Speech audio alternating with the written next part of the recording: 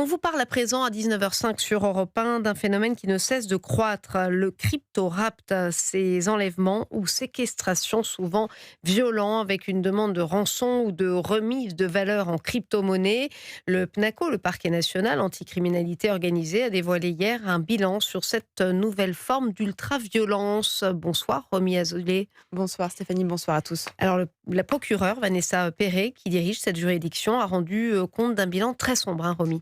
Oui, les chiffres sont édifiants. Depuis 3 ans, pas moins de 135 faits de séquestration et d'enlèvement liés aux cryptoactifs ont été recensés.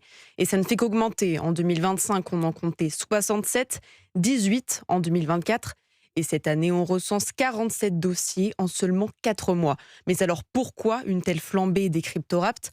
Pour Antoine Chéron, avocat et spécialiste du numérique, les criminels ont trouvé une nouvelle manière de faire de l'argent facile. Les criminels ont pris conscience de ce patrimoine de certaines personnes liées à la crypto-monnaie. Ils arrivent à avoir des informations qui croisent avec l'intelligence artificielle et puis avec les piratages de bases de données pour ensuite séquestrer et enlever des membres de leur famille pour justement obtenir ces rançons.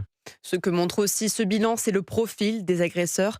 La justice fait face à des réseaux très structurés, capables de recruter des petites mains de plus en plus jeunes.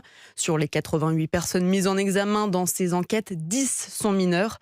Beaucoup des personnes identifiées apparaissent de manière récurrente, preuve que ces réseaux sont organisés. Autre nouveauté, l'ultra-violence. Pour de l'argent, les criminels ont souvent recours à la torture et à la mutilation. Face à l'ampleur de ces faits, le parquet anticriminalité organisée promet désormais une réponse pénale maximale. Merci Romy Azoulay pour Europe 1.